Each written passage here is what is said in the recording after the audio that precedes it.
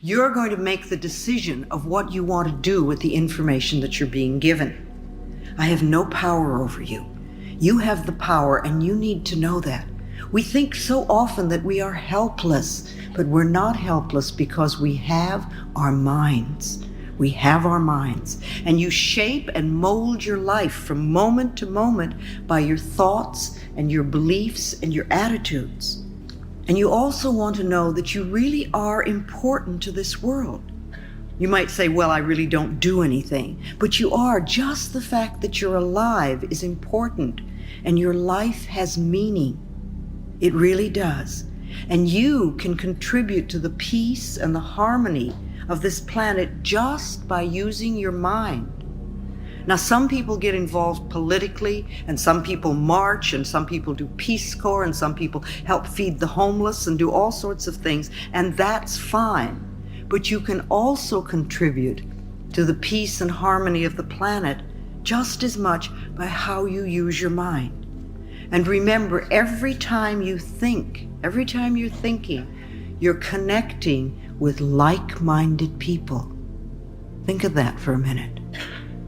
I heard a quote not long ago that I really like. Robert Schuller, who's with the UN, said that the human species needs to know that we deserve to have peace. We have to accept it mentally. See, a lot of people believe that war is inevitable and that war is forever and that we're always going to have war. And I think those people are contributing to it by their thinking, contributing to the continuance of wars. But if we know that we deserve to have peace and that it is possible, it can become true for us.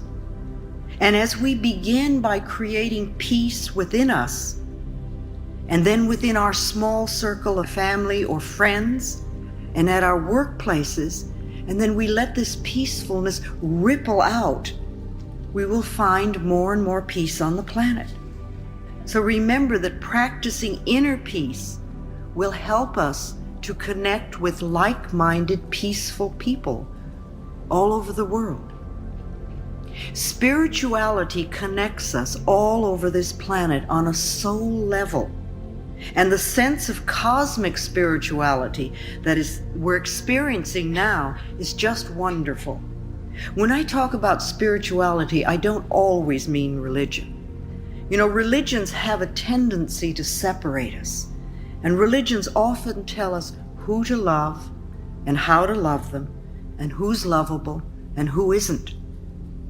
To me, we're all lovable.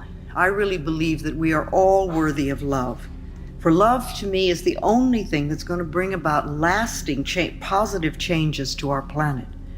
Our spirituality is a direct connection with the ultimate higher source, and we don't need a middleman for that. Begin to see our spirituality connecting us all over the planet on a very deep soul level. So what sort of like-minded people do you want to connect with? Every time you get into judgment and criticism, you're connecting with like-minded people out there who are judgmental and critical. And this will come back to you. Remember, what we give out always comes back. And every time you meditate, you're connecting with like-minded people out there who are meditating. And meditating to me really means just closing your eyes and going within and being quiet long enough to hear your own inner wisdom. You really have the answers within you.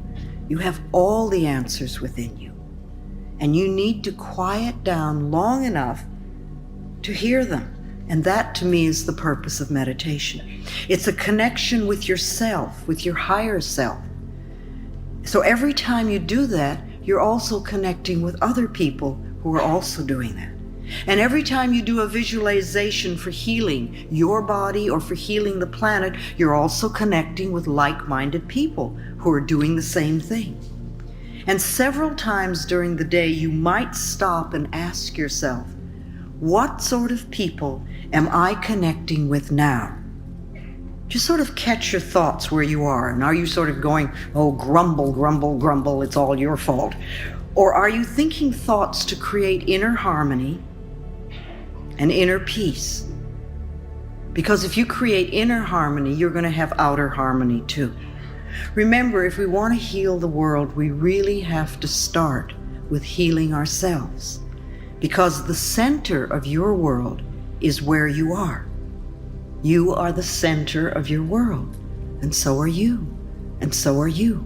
Each one of us, we are all the center of our own world. So the world goes out from us like ripples in a pond. And when we create harmony inside, when we're peaceful within, then that goes out into the world.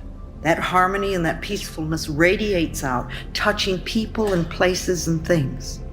You know how it is, somebody can walk into a room and they don't have to say a word, and you can be attracted to them or you can be repelled by them. We react to what they're giving out.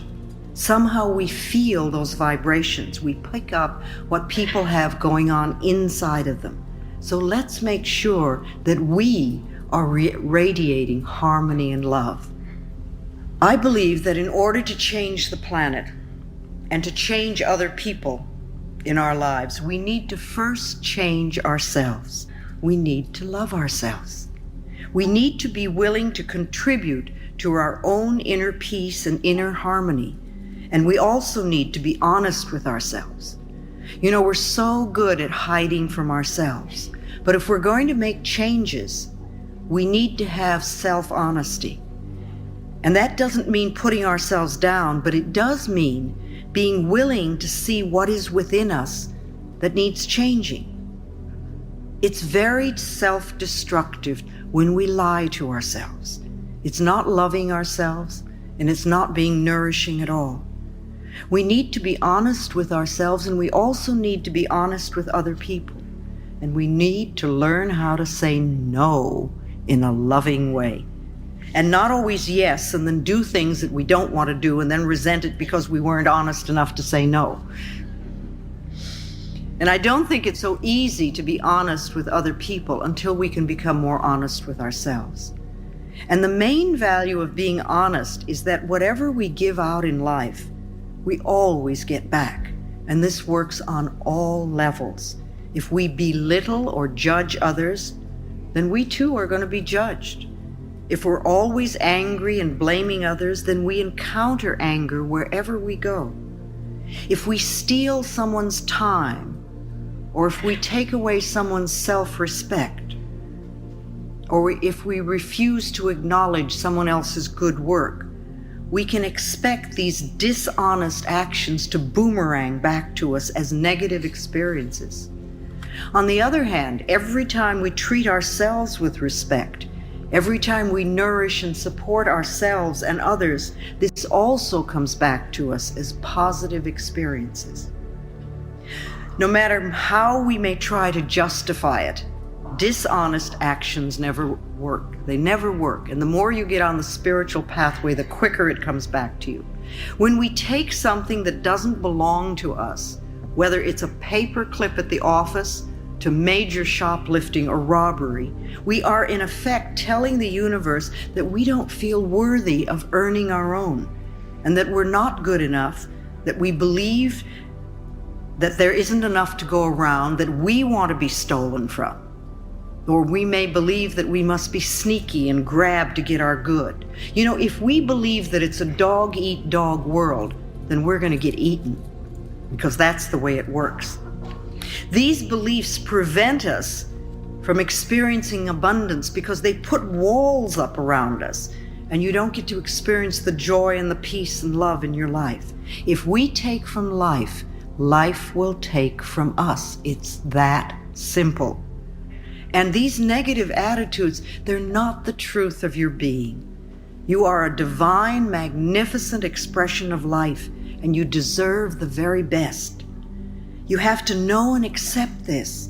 Our planet is abundantly plentiful, and our good always comes to us by the right use of consciousness. What we believe about ourselves and about our lives will become true for us.